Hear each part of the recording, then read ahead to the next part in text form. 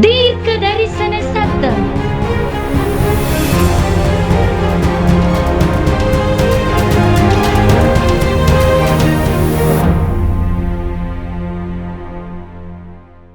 ஆண்டவராகிய இயேசு கிறிஸ்துவின் நாமத்திலே கிராஸ் டிவி தொலைக்காட்சி நிகழ்ச்சிகளை பார்த்து கொண்டிருக்கிற என் அன்பு சகோதர சகோதரிகளே, இந்த தீர்க்க தரிசன சத்தம் நிகழ்ச்சிக்கு நான் உங்களை தேவ பிரசன்னத்திலிருந்து அன்போடு வாழ்த்தி வரவேற்கிறேன்.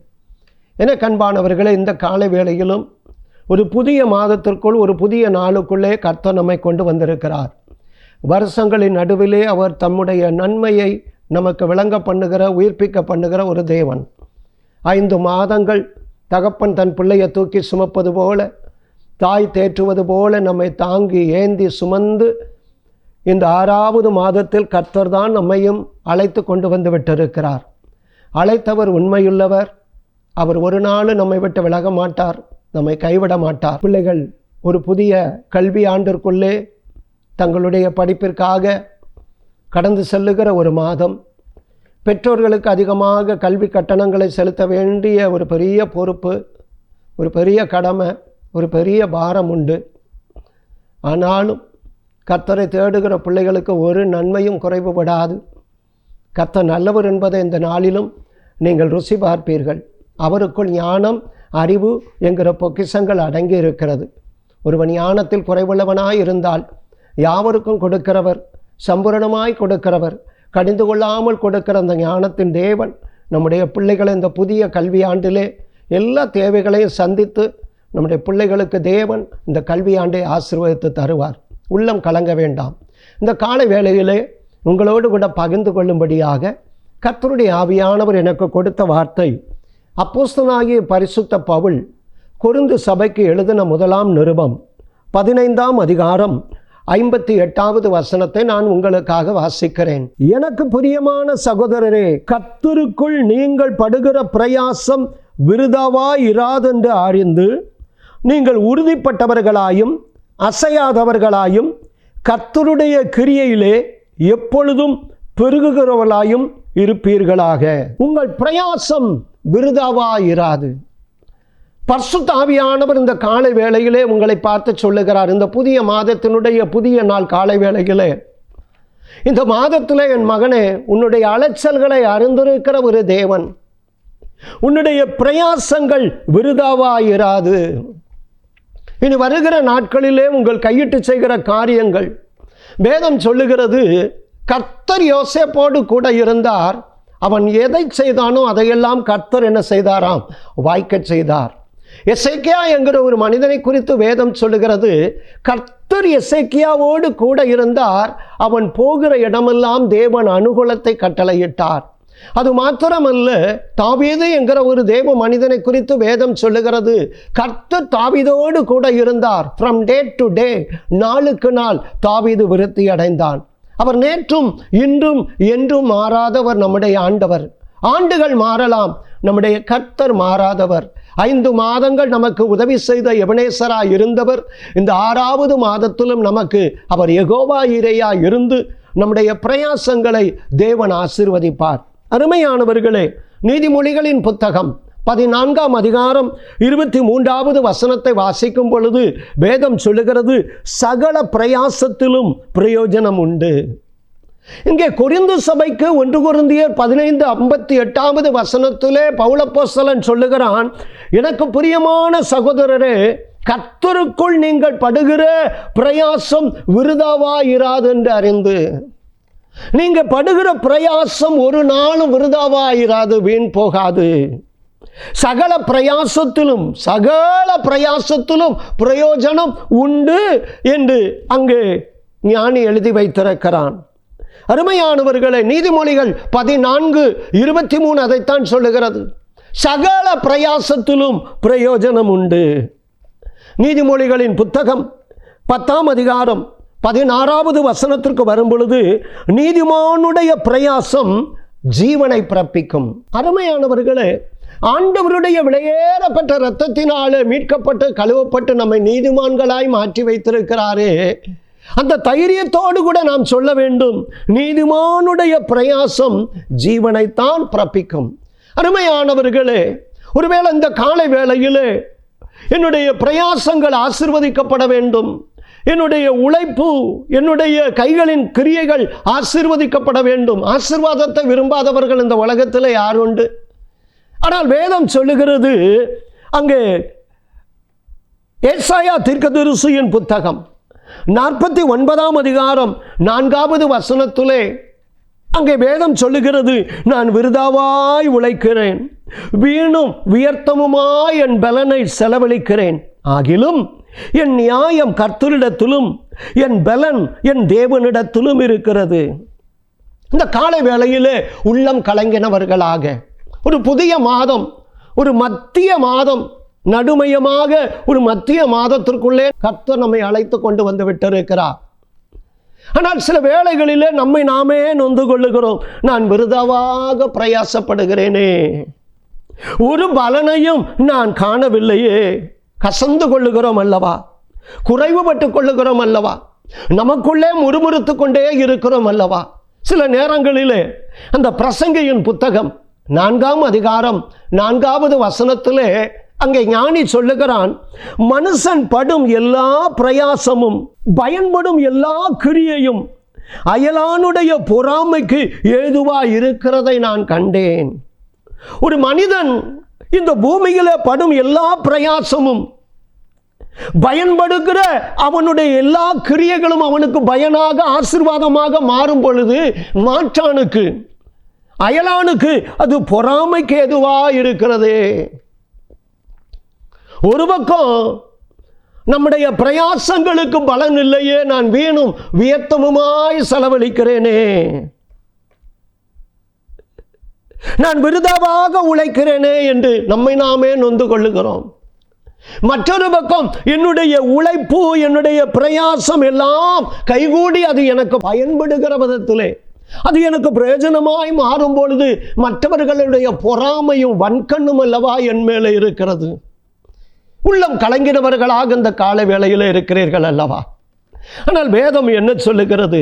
உன்னுடைய பிரயாசம் விருதாவாயிராது, சகல பிரயாசத்திலும் பிரயோஜனம் உண்டு.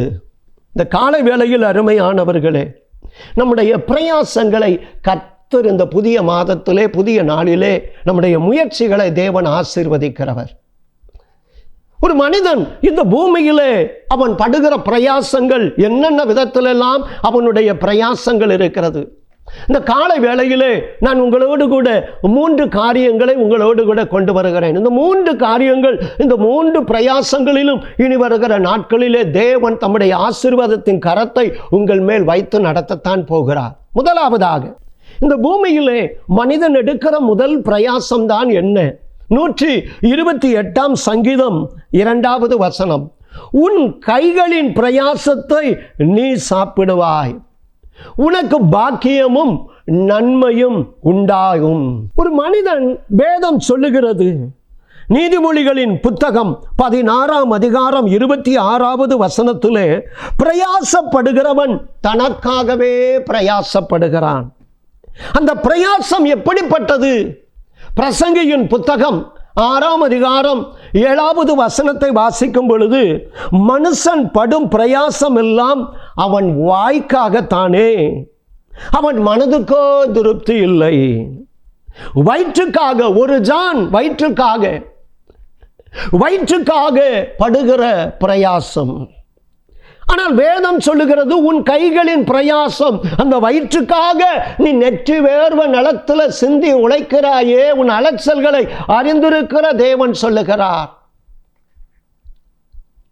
உன் பிரயாசங்களை ஆசீர்வதிப்பேன், உன் கைகளின் பிரயாசத்தை நீ சாப்பிடுவாய், உன் வயிற்றுக்காக நீ உழைக்கிற அந்த உழைப்பை, அந்த பிரயாசத்தை நான் ஆசீர்வதிப்பேன்.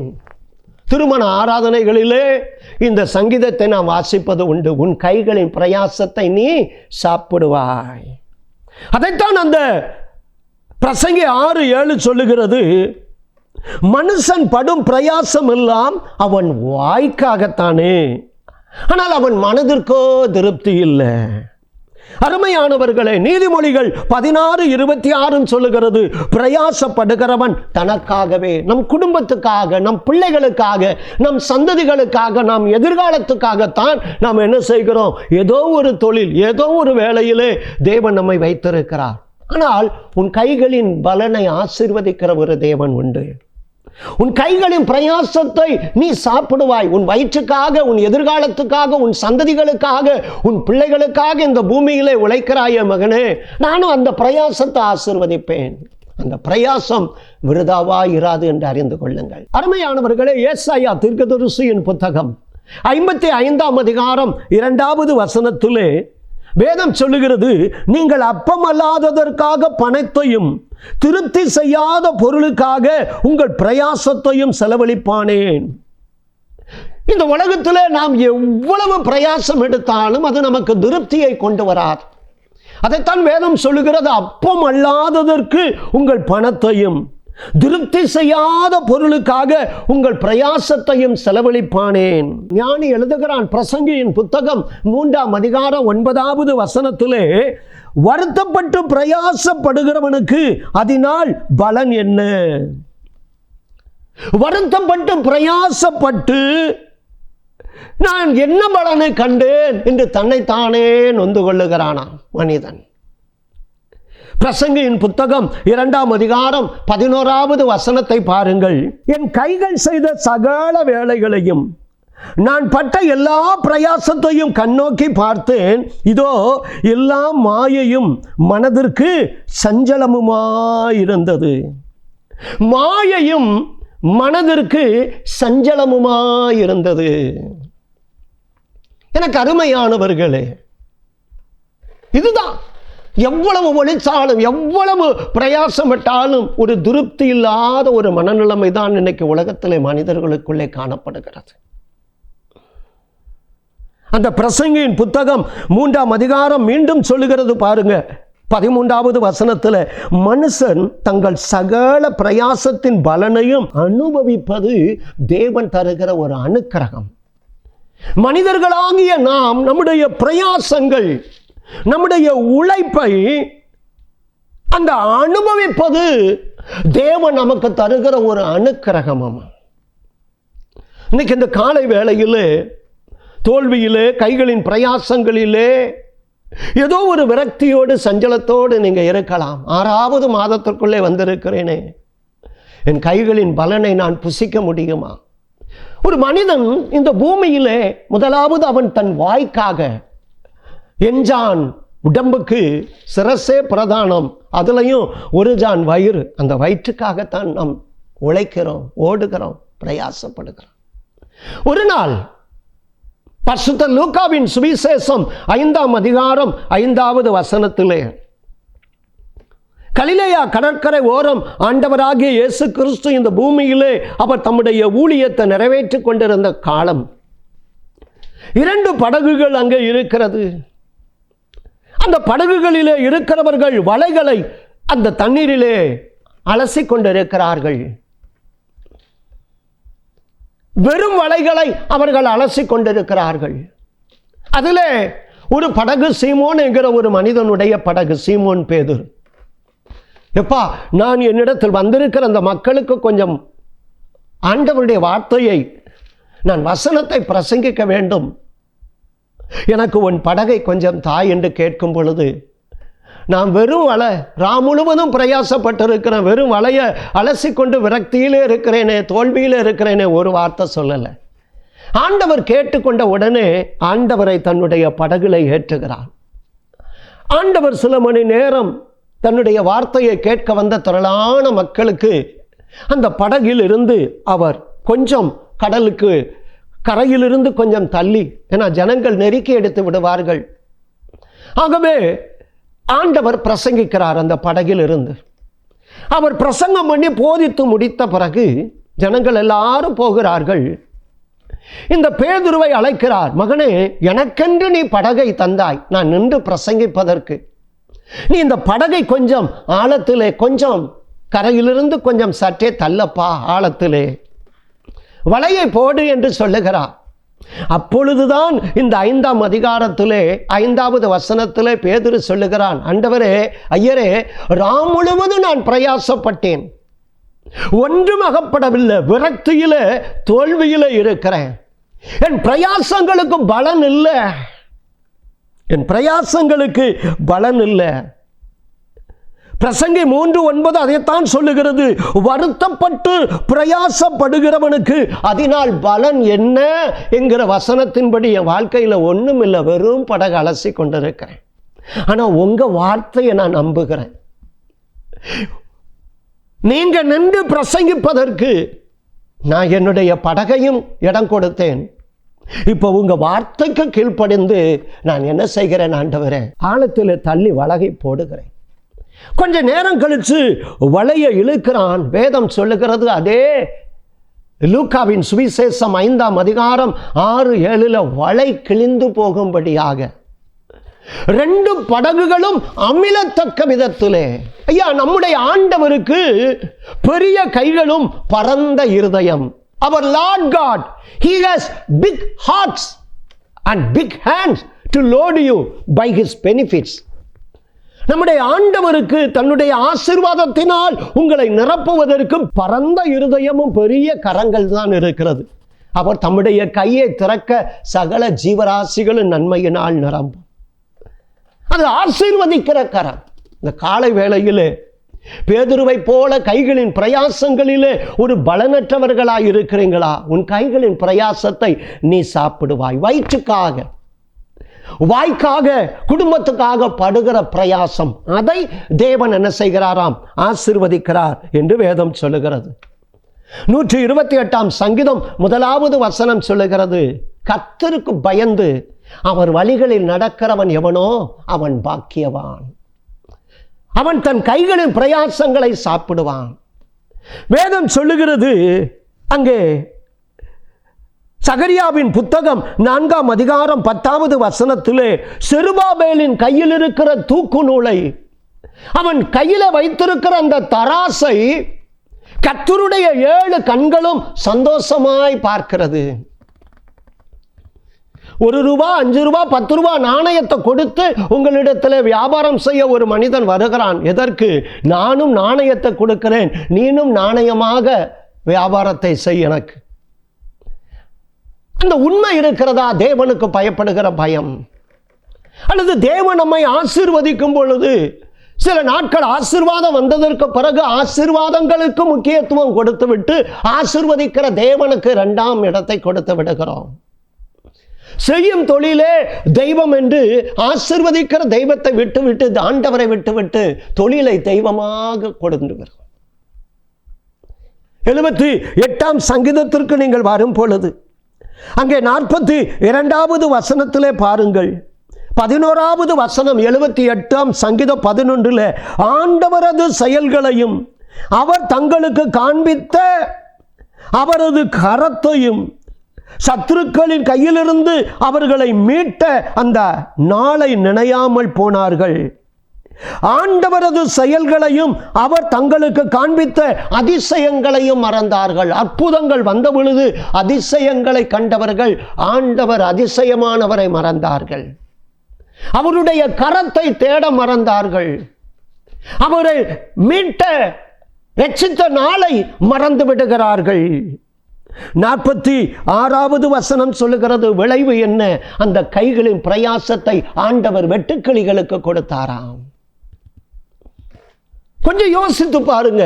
ஆண்டவர் உண்மை உத்தமமா இருக்கிறவர்களுக்கு, தமக்கு பயந்தவர்களுக்கு, வாழ்க்கையிலே தொழிலிலே தன்னை கதி என்று சதம் என்று தன்னையே அண்டிக் கொண்டவர்களுக்கு அவர் நிச்சயமாக ஆசீர்வதிக்கிறவர். சுயபலத்திலே நாம் சார்ந்திருக்க வேண்டியவர்கள் அல்ல. நம்முடைய வழிகளில் எல்லாம் அவரை நினைத்துக் கொள்ள வேண்டும். உன் கைகளின் பிரயாசத்தை நீ சாப்பிடுவாய். எப்பொழுது? கர்த்தருக்கு பயந்து அவர் வழிகளில் நடக்கும் பொழுது. நம்முடைய தொழிலை, அந்த தராசை, செருபாபேலின் கையில் இருக்கிற தூக்கு நூலை கர்த்தருடைய 7 கண்களும் சந்தோஷமாக பார்க்கிறதே, அதுதான் ஆண்டவர் எதிர்பார்க்கிறது. உங்கள் பிரயாசம் இந்த மாதத்தில் விருதாவாயிராது.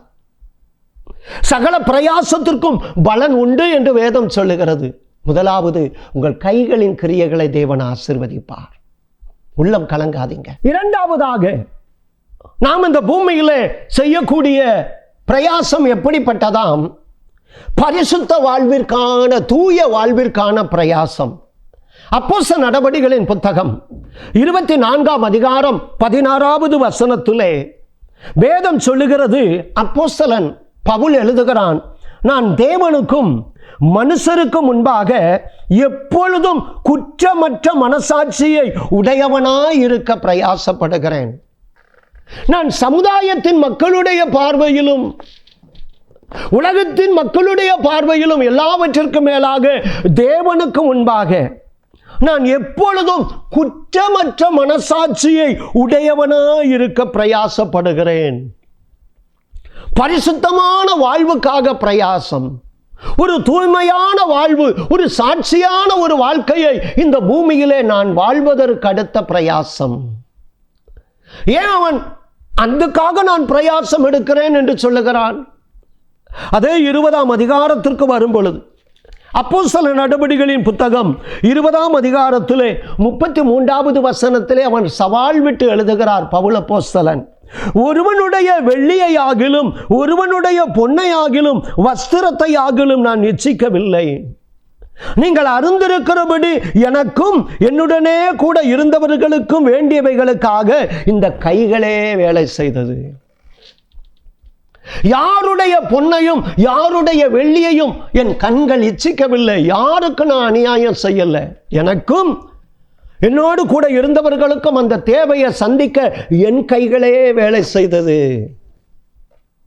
அதனால தான் சொல்லுகிறான், ஆண்டவருக்கு முன்னதாகவும் இந்த உலகத்தின் மக்களுக்கு முன்னதாகவும் நான் குற்றமற்ற மனசாட்சியை உடையவனாக வாழ பிரயாசப்படுகிறேன்.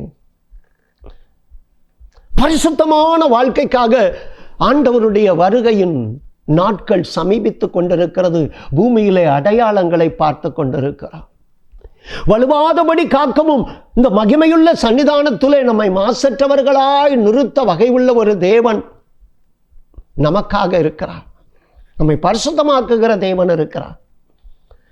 ஒரு மனிதன் சொன்னான், ஆதியாகமத்தின் புத்தகம் 39ஆம் அதிகாரம் 9வது வசனத்திலே, விபச்சார பாவம், அசுத்த பாவம் அவனை தேடி வழிய வரும் பொழுது, இவ்வளவு பெரிய பொல்லாங்குக்கு நான் உடன்படுவது எப்படி?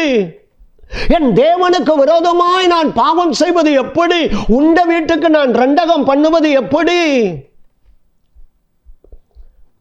அந்த காலத்திலே விபச்சாரம் செய்யாதிருப்பாயாக, பிறனுக்குரியதை இச்சியாதிருப்பாயாக என்கிற நியாயப்பிரமாண கட்டளை கொடுக்கப்படாத ஒரு காலம். ஆனால் இந்த யோசேப்பு குற்றமற்ற மனசாட்சியை உடையவனாயிருக்கிறான்.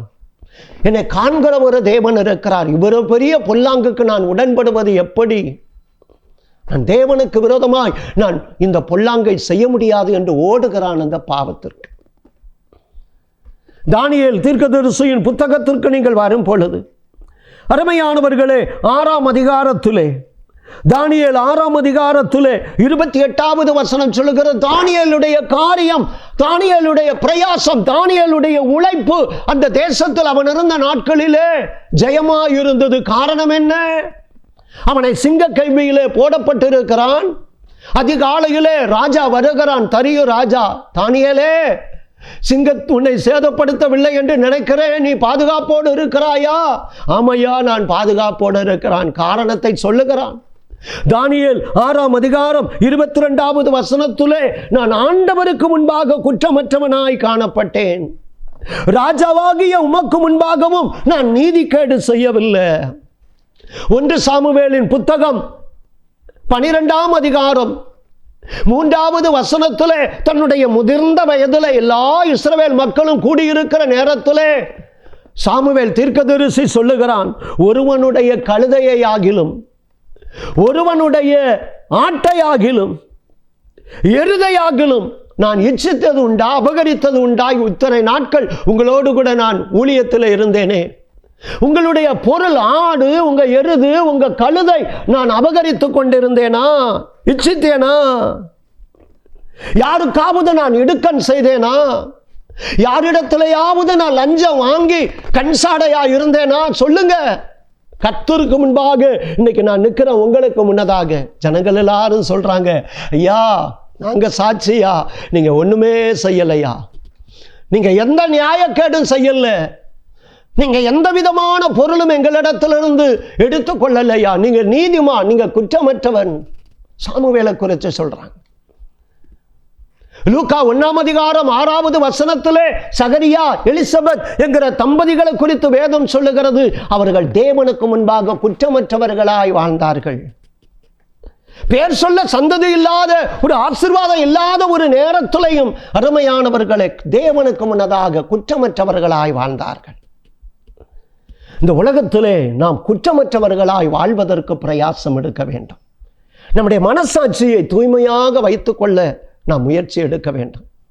கடந்த ஜனவரி மாதத்திலே நீங்க கேள்விப்பட்டிருப்பீங்க, ஒரு அருமையான ஒரு சகோதரி பத்மா வாடகை வீட்டில் வாழ்றாங்க. வருமானம் தூய்மை பணியாளர். அந்த காலகட்டத்திலே அவர்கள் தூய்மை பணி செய்து கொண்டிருக்கும் பொழுது அந்த குப்பை தொட்டியிலே ஒரு டப்பா இருக்கிறது. பார்த்தா தங்க நகைகள், எடை போட்டு பார்த்தா 43 பவுன், கிட்டத்தட்ட 45 லட்சம். பிறர் பொருள் எனக்கு தேவையில்லை. அதிகாரிகள் காவல்துறை முன்னிலையில் அது அரசாங்கத்துக்கு ஒப்படைத்து உரியவர்களிடத்துல கொடுக்கிறாங்க. உண்மையுள்ள மனிதன் பரிபூரண ஆசீர்வாதங்களை பெறுவான். தபால் தந்தியிலாக அவங்களுக்கு சிறந்த தூய்மை பணியாளர் இல்லை, நேர்மையான ஒரு பெண் என்று சொல்லி அவங்கள நேர்மைக்கு அவங்களுக்காக தபால் துறை இந்திய அரசாங்கம் அவங்கள பாராட்டி ஸ்டாம்பு அச்சடிச்சாங்க. அன்றைக்கு இருந்த தமிழக முதலமைச்சர் 1 லட்சம் ரூபாய் அவங்களுடைய நேர்மையை பாராட்டி அரசாங்க பரிசு. பல மக்கள் பலரிடத்திலிருந்து பாராட்டும் பலவிதமான பரிசுகளும். நேர்மை. உலகத்தின் மனிதர்கள் நமக்கு முன்னதாக நிற்கிறாங்க, நேர்மையோடு வாழணும். கடைசியாக இன்னொரு பிரயாசம் இருக்கிறது. என்ன பிரயாசம்? 1 தெசலோனிக்கேயர் 1:2 சொல்லுகிறது, சகோதரரே உங்கள் விசுவாசத்தின் கிரியையையும் உங்கள் அன்பின் பிரயாசத்தையும், 3 காரியத்தை சொல்லுகிறான். உங்களுடைய விசுவாசத்தின் கிரியை, உங்களுடைய அன்பின் பிரயாசம், ஆண்டவராகிய இயேசு கிறிஸ்துவின் மேல் இருக்கிற உங்களுடைய நம்பிக்கையின் பொறுமையை நாங்க நினைத்து இடைவிடாமல் தேவனுக்கு முன்னதாக நினைவு கூர்ந்து ஆண்டவரை ஸ்தோத்தரிக்கிறோம். அதுல அன்பின் பிரயாசம். அதைத்தான் அங்கே எபிரேயர் 6:10 சொல்லுகிறது, அவருடைய பரிசுத்தவான்களுக்கும் உங்கள் கிரியையையும் நீங்கள் பரிசுத்தவான்களுக்கு ஊழியம் செய்ததினாலும் செய்து வருகிறதினாலும் தமது நாமத்திற்காக காண்பித்த அந்த அன்புள்ள பிரயாசத்தை மறந்து விடுவதற்கு தேவன் அநீதி உள்ளவர் அல்ல. ஒரு கலசம் தண்ணீருக்கும் கணக்கு வச்சு பலன் கொடுக்கிறவர். அந்த அன்பின் பிரயாசங்களை மறந்து விட மாட்டார். இந்த உலகத்திலே நம்முடைய ஆண்டவர் நன்மை செய்கிறவராகவே சுற்றி திரிந்தார். அப்போஸ்தலனாகிய பரிசுத்த பவுல் சொல்லுகிறான் 1 கொரிந்தியர் 15:10 அவர்கள் எல்லாரிலும் நான் அதிகமாய் பிரயாசப்பட்டேன், ஆண்டவருக்காக, ஆண்டவருடைய ராஜ்யத்துக்காக. நம்மை விட்டு தூர இடத்துல கடந்து சென்ற நம்முடைய மிஷனரிகளுக்காக நம்முடைய முழங்கால்களை முடக்குவோம், நம்முடைய கைகளை ஏறெடுப்போம், அவர்களுக்காக ஜெபிப்போம், ஊழியங்களை தாங்குவோம். இந்த கிராஸ் டிவி போன்ற ஊழியங்கள் கிட்டத்தட்ட 12 முழு நேர ஊழியக்காரர்கள் மிகுந்த பொருட்செலவிலே உங்களுக்காக இந்த வார்த்தை கடந்து வருது. அவர்களை நினைச்சு கொள்ளுங்க. குறைவில் இருக்கிற பரிசுத்தவான்கள், ஏழைகள், அனாதைகள், திக்கற்றவர்கள், ஒரு கலசம் தண்ணிக்கும் கணக்கு வச்சு பலன் கொடுக்கிறவர். ஏழைக்கு இறங்குறவன் கர்த்தருக்கு கடன் கொடுக்கிறான். அந்த அன்பின் பிரயாசத்தை மறந்து விடுவதற்கு தேவன் அநீதி உள்ளவர் அல்ல. ரோமருக்கு எழுதின நிருபம் 6ஆம் அதிகாரத்திலே 6வது வசனம் சொல்லுகிறது, அங்கே வேதம் என்ன சொல்லி, எங்களுக்காக மிகவும் பிரயாசப்பட்ட மரியாளை வாழ்த்துங்கள், கர்த்தருக்குள் பிரயாசப்படுகிற திரிமோசால் மிகவும் பிரயாசப்படுகிற பிரியமான பெர்சியாளை வாழ்த்துங்கள். அந்த ரோமர் கடைசி அதிகாரத்திலே அவன் எழுதும்போது சொல்லுகிறான், கர்த்தருக்காக மிகவும் பிரயாசப்பட்ட அந்த மக்களை வாழ்த்துங்கள், ஆசீர்வதியுங்கள். ஜெர்மன் தேசத்திற்கு மும்பை பட்டணத்திலிருந்து ஒரு ஊழியக்காரர் ஒரு மிஷனரி பெருவிழா ஒன்றுக்காக அவர் கடந்து சென்றார். நான் இந்த இடத்திற்கு வருவதற்கு காரணம், இந்த விமான பயணத்திற்கு உண்டான செலவை ஏறெடுத்து கொண்டது பல மக்கள் உண்டு. அதுல ஒரு ஏழை தாய் காடுகளிலே போய் புல் அறுத்து அதை விற்று அவர்களுக்கு சொந்த வீடு கிடையாது, அன்றாடம் காட்சி. பழைய பேப்பர்களை பொறுக்கி அதை கடையில் போட்டு, என்னுடைய சபையில் அவங்க கொடுத்த காணிக்கைனாலையும் நான் இந்த மிஷனரி பெருவிழாவில் வந்து ஊழியம் செய்ய வந்திருக்கிறேன். அப்போ அந்த ஊழியங்களெல்லாம் முடித்து விட்டு அந்த ஜெர்மன் தேசத்தில் இருக்கிற ஒரு தெய்வ மனிதன், தேவனால் ஆசீர்வதிக்கப்பட்ட ஒரு வசதியான பொருளாதாரத்தில் வசதியான ஒரு மனிதனும், ஐயா அந்த தாயாரை நான் பார்க்க வேண்டும். அவனோடு கூட விமானத்தில் வருகிற அந்த தாயாரை சந்திக்கிறாங்க. தகரத்தில் வேயப்பட்ட, இரும்பு டின்னால் வேயப்பட்ட ஒரு வீடு, 3 பெண் குழந்தைகள், கணவன் இல்லை, பழைய பேப்பரை விற்று பிறக்கிறாங்க. மிஷனரிகளுக்கு வருஷந்தோறும் புத்தாடைகளை எடுத்து கொடுப்பாங்க. 1 2 இல்லை, 100 சட்டை. அப்படி ஊழியத்தின் மேல், ஆண்டவருடைய ஊழியத்தின் மேல் தாகம் உள்ளவர்கள். கணவன் இல்லை, 3 வாலிப பிள்ளைங்க. பேப்பர் பொறுக்கி அதில் வரக்கூடிய பணத்தில் குடும்பத்தை நடத்துகிறவர்கள் ஆண்டவருடைய ஊழியத்தை தாங்கிறார். பார்த்துட்டு அந்த மனிதர் அசந்து போய்விட்டார். அவர்களுக்கு ஒரு இருப்பிடத்துக்கு உண்டான, நல்ல வசதியான வீட்டுக்கு உண்டான ஒரு வசதியையும், அவருடைய பிள்ளைகளை திருமணம் முடிப்பதற்கு வேண்டிய சகல பொறுப்பையும் அவர் எடுத்து சென்றார். அருமையானவர்களே, நம்முடைய ஆண்டவர் மனிதர் தயவை தருகிறவர். இந்த புதிய மாதத்திலும் ஆண்டவர் சொல்லுகிறார், உன்னுடைய கைகளின் கிரியைகளை, பிரயாசங்களை நான் ஆசீர்வதிப்பேன். குற்றமற்ற மனசாட்சியோடு வாழ்வதற்கு ஒரு பரிசுத்த வாழ்க்கை, ஒரு தூய வாழ்க்கைக்காக நீ முயற்சி எடுக்கிற, நான் உன்னை பரிசுத்தமாக்குகிற தேவன். அது மாத்திரமில்லை, என் நாமத்திற்காக, என் பரிசுத்தவான்களுக்காக நீ ஏறெடுக்கிற அந்த அன்பின் பிரயாசத்தையும் நான் மறந்துவிட மாட்டேன். நம்முடைய பிரயாசங்களை ஆசீர்வதிக்கிற தேவன். கோலும் கையனுமாய் வெறும் பயலாக, வெறும் மனிதனாக இருந்தவன் இந்த யாக்கோபு. ஒரு நாள் ஆதியாகமம் 32:10 சொல்லுகிறார், நான் கோலும் கையனுமாக, வெறும் கையனாக இந்த யோர்தானை விட்டு கடந்து வந்தேன். இப்பொழுது 2 பரிவாரங்கள் உடைய மனிதன். காரணம், நான் உன்னை விட்டு விலகுவதும் இல்லை, உன்னை கைவிடுவதும் இல்லை. நான் உனக்கு சொன்னதை செய்யும் அளவு உன்னை கைவிட மாட்டேன். நீ போகிற இடமெல்லாம் உன்னை காப்பாற்றுவேன். உனக்கு அன்ன ஆகாரம் வஸ்திரம் தருவேன், உன் கைகளின் பிரயாசங்களை ஆசீர்வதிப்பேன் என்று சொன்ன உண்மையுள்ள தேவன் இந்த புதிய மாதத்திலும் புதிய கால வேளையில் சொல்லுகிறார், உன் கைகளின் பிரயாசங்களை நான் ஆசீர்வதிப்பேன். குற்றமற்ற மனசாட்சியோடு வாழ்கிற இந்த தூய எண்ணத்துக்காக நீ வாழ்கிற அந்த பிரயாசத்தை ஆசீர்வதிப்பேன், அனுக்கிரகம் பண்ணுவேன். அது மாத்திரமல்ல, உன்னுடைய அன்பின் பிரயாசங்களை நான் மறந்துவிட மாட்டேன். உன்னுடைய பிரயாசங்களுக்கு ஏற்ற பலனை நான் தருவேன். தேவனுடைய மனிதர்களுக்கு, தேவ ராஜ்யத்துக்கு, சபைக்கு நீ தூண்டுகோளாய் இருக்கிறாயே, ஊண்டுகோளாய் இருக்கிறாயே, தூணாய் இருக்கிறாயே, தியாகத்தோடு கர்த்தருக்கு கொடுக்கிறாயே, நான் அதை மறக்க மாட்டேன் மகளேன்னு சொல்லுகிறார். கர்த்தர் உங்களை ஆசீர்வதிப்பார். கவலைப்படாதீங்க, கவலைப்படாதீங்க. ஜெபிக்கலாமா? ஜெபிக்கலாமா? எங்கள் அன்பின் பரலோக பிதாவே, ஆண்டவரே, இப்பொழுதும் இந்த புதிய மாதத்தின் புதிய நாள் காலை வேளையிலும் உம்முடைய பிள்ளைகளுக்காக சகல பிரயாசத்திற்கும் ஆண்டவரே நீங்க எங்களுக்கு பலனை தருகிற தேவன் என்று நீதிமொழிகளின் புத்தகத்திலே நாங்கள் வாசிக்கிறோம் அப்பா. அது மாத்திரமல்ல ஆண்டவரே, தகப்பனே, உங்களுடைய பிரயாசம் விருதாவா இராது என்று அறிந்து அதிலே நீங்கள் அசையாதவர்களாயும் பெருகுகிறவர்களாயும் இருங்கள். இந்த தீர்க்க தரிசன சத்தம் நிகழ்ச்சியை பார்க்கிற மக்களுக்கு இந்த புதிய நாள் காலை வேளையிலே சொல்லுகிறேன், மகனே, மகளே, உன்னுடைய பிரயாசம் விருதாவாயிராது. உன்னுடைய சகல பிரயாசத்திற்கும் நான் பலனை தருவேன். வாய்க்காக, வயிற்றுக்காக எடுக்கிற பிரயாசம், அவனுடைய நாமத்துக்காக, அவருடைய ஊழியங்களுக்காக கொடுக்கிற, எடுக்கிற அன்பின் பிரயாசம், குற்றமற்ற மனசாட்சியோடு வாழ்வதற்காக நீ எடுக்கிற அந்த பிரயாசம், அந்த தூய வாழ்க்கை, எல்லாவற்றையும் இந்த 3ஐயும் ஆசீர்வதிக்கிற தேவன் அல்லவா. இந்த நிகழ்ச்சியை பார்க்கிற அந்த பிள்ளைகளுக்காக ஜெபிக்கிறேன். புதிய கல்வியாண்டுகளே அவர்கள் குடும்பத்தின் பிள்ளைகள் பிரவேசிக்கிறார்கள். எல்லா கல்வி கட்டணங்களும் சந்திக்கப்படட்டும். பிள்ளைகளுக்கு கர்த்தர் ஞானத்தின் தேவனாயிருந்து நடத்துங்க. உடைய கரத்தின் நிழலினால் மூடி மறைங்கப்பா. ஒவ்வொருடைய கைகளின் பிரயாசங்களை ஆசீர்வதியும். அப்பத்தையும் தண்ணீரையும் ஆசீர்வதியும். அலங்கத்துக்குள்ளே சமாதானமும் சுகமும் உண்டாகட்டும். துன்பத்தை கண்ட நாட்களுக்கு சரியாக மகிழ்ச்சியாக்குங்க. வெட்டு கிளிகளும் பச்சை புழுக்களும் முசுக்கொட்டை பூச்சிகளும் பட்சித்த வருஷங்களின் பலனை திரும்ப கொடுத்துருங்கப்பா. நல்ல நாட்களை காண, நல்ல செய்திகளை கேட்க கிருபை தாங்க. உன் கைகளின் பிரயாசத்தை நீ சாப்பிடுவாய். அன்பின் பிரயாசத்தை மறந்துவிட மாட்டேன். குற்றமற்ற மனசாட்சியோடு வாழ்வதற்காக எடுக்கிற பிரயாசங்களிலே தேவ அனுக்கிரகம் உண்டாகட்டும். வாக்கினால் சொன்னதை கரத்தினால் உறுதிப்படுத்தும். இயேசு இரட்சகர் இன்ப திருநாமத்தில் ஜெபிக்கிறேன் ஜீவனுள்ள நல்ல பிதாவே, ஆமென். God bless you. கர்த்தர் உங்களை ஆசீர்வதிப்பார். தொடர்புக்கு சகோதரர் JS ராக்லாண்ட் அவர்கள். இயேசு உனக்காக ஊழியங்கள் 2/86 பழைய காயில், தூத்துக்குடி. தொலைபேசி எண் 944 22 75 194.